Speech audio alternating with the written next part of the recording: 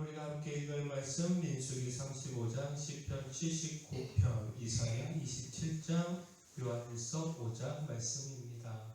함께 나눌 주제는 하나님의 긍휼입니다. 우리는 모두가 다 긍휼이 필요한 존재이지요.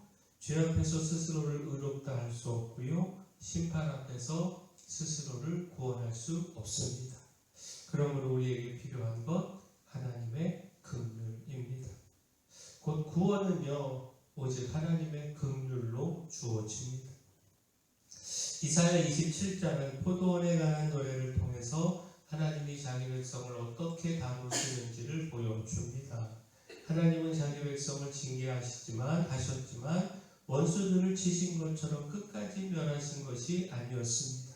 이사야 27장 8절 말씀 보면 주께서 백성을 적당하게 견책하사 쫓아내실 때에 동풍 부는 날에 폭풍으로 그들을 옮기셨느니라. 자, 징계에는 분명한 목적이 있었습니다. 그것은 멸망이 아니라 돌이킴이었습니다. 하나님은 그들을 완전히 끊어버리려 하신 것이 아니라 우상을 버리고 죄를 끊어내며 다시 하나님께 돌아오게 하려 하셨습니다. 그리고 마침내 큰 나팔이 울릴 때 흩어진 백성이 돌아와 예루살렘 성산에서 여호와께 예배하게 될 것을 말씀하셨습니다. 이 말씀은요, 하나님의 긍휼이 얼마나 깊은지를 보여줍니다. 하나님은 죄를 그냥 넘기지 않으시지만 자기 백성을 끝내 버리지도 않으십니다.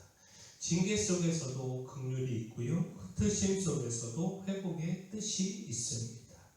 하나님의 최종 목적은 자기 백성을 다시 모으고 다시 예배의 자리로 세우고 다시 회복시키시는 데 있습니다.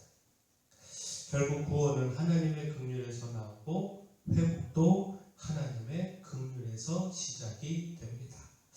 자, 우리의 삶에도 징계의 자리, 또 은혜의 자리가 있을 수 있죠. 하나님은 우리를 무너뜨리기 위해 다루시는 분이 아니고 다시 돌이켜 살게 하시기 위해 다루시는 분이십니다. 그러므로 우리가 징계 속에서도 하나님의 긍휼을 믿기를 소원합니다. 그 긍휼이 결국 우리를 예배의 자리로, 회복의 자리로 이끌게 될 줄을 믿습니다. 자, 그렇다면 이 긍휼을 받기 위해 우리가 어떻게 하나님 앞에 나아가야 하는가? 간절히 하나님의 긍휼을 구하며 나아가야 합니다.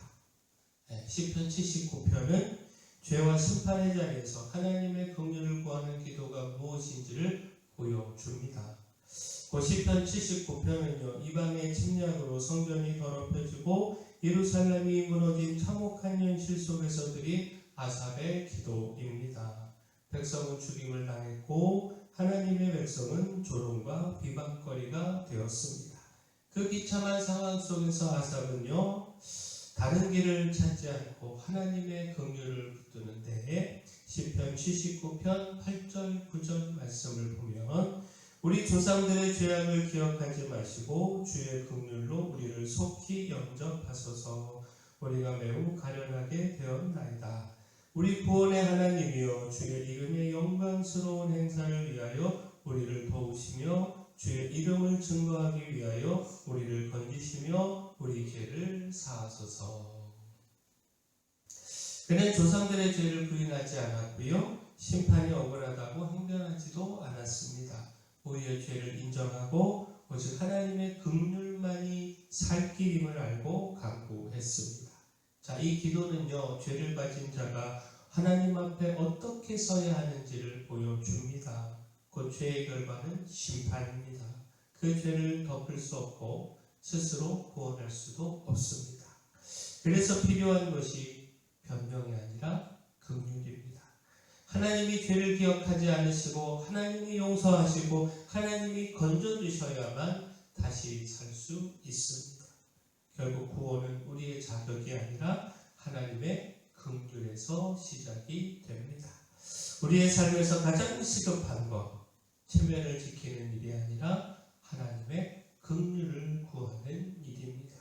그러므로 우리가 힘써 하나님의 긍휼 구하기를 소원합니다.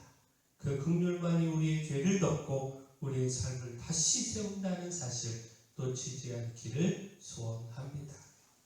자, 근데 여기서 기억할 건 하나님의 긍휼을 구하는 것으로 끝나지 않아야 한다라는 겁니다. 그 긍휼 안에 계속 머물러야 한다라는 겁니다. 민수기 35장은요 레위인의 성읍과 도피성에 대한 말씀입니다. 하나님은 가나안 땅에 들어간 뒤 요단 동편과 서편에 각각 3개씩 모두 6개의 도피성을 만들도록 하셨습니다. 이는 악의 없이 뜻하지 않게 사람을 죽이다가 피해보복자에게서 피하여 생명을 보존할 수 있도록 하신 하나님의 은혜의 길이었습니다. 곧 율법만 보면 그는 죽음을 피할 수 없는 사람입니다. 그러나 하나님은 그를 위해 도피성을 준비하셨고 그 안에서 대제사장이 죽기까지 보호받게 하셨습니다. 민수기 35장 25절을 보면 피를 보복하는 자의 손에서 살인자를 건져내어 그가 피하였던 도피성으로 돌려보낼 것이요 그는 거룩한 기름 부음을 받은 대제사장이 죽기까지 거기 거주할 것이니라. 자, 이 말씀은 하나님의 긍휼이 어떤 것인지를 잘 보여줍니다. 자, 죄와 죽음의 원리만 놓고 보면 우리는 모두 심판을 피할 수 없습니다. 그러나 하나님은 살 길을 여시고 피할 성을 마련하시며 그 안에서 생명을 보호하십니다.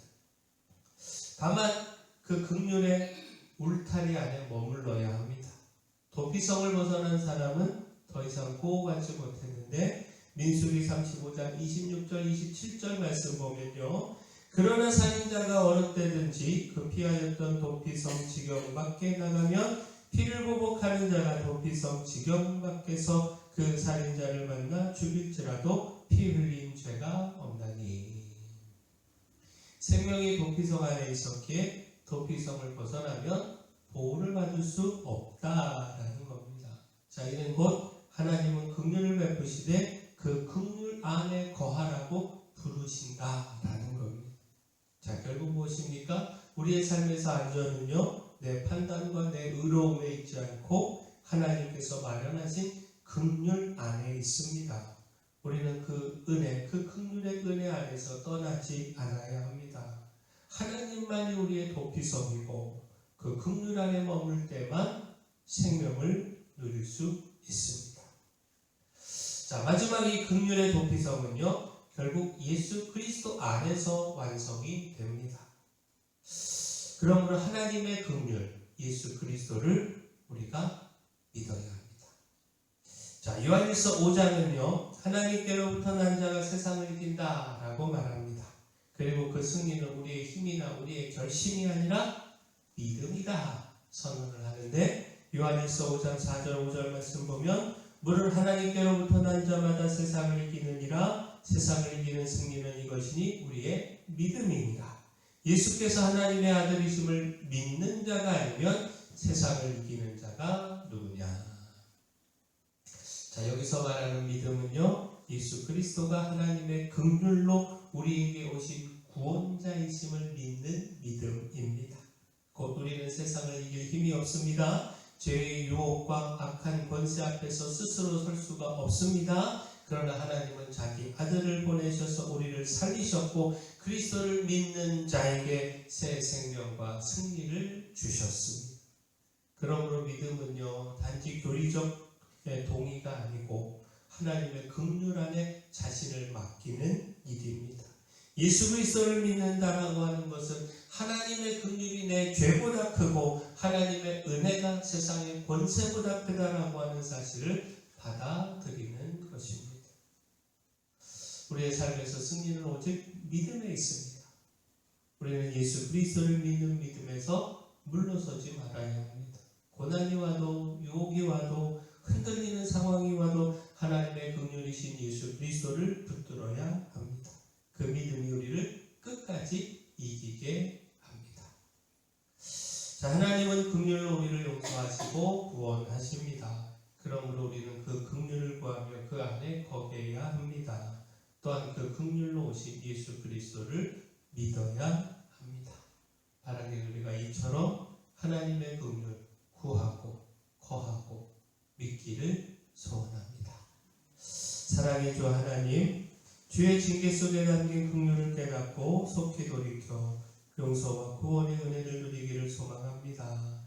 구원의 도피성 되신 주님 안에 머물며 끝까지 그 은혜를 떠나지 않게 하시고 우리 힘이 아니라 예수 그리스도를 믿는 믿음으로 세상을 이기게 하여 주시옵소서.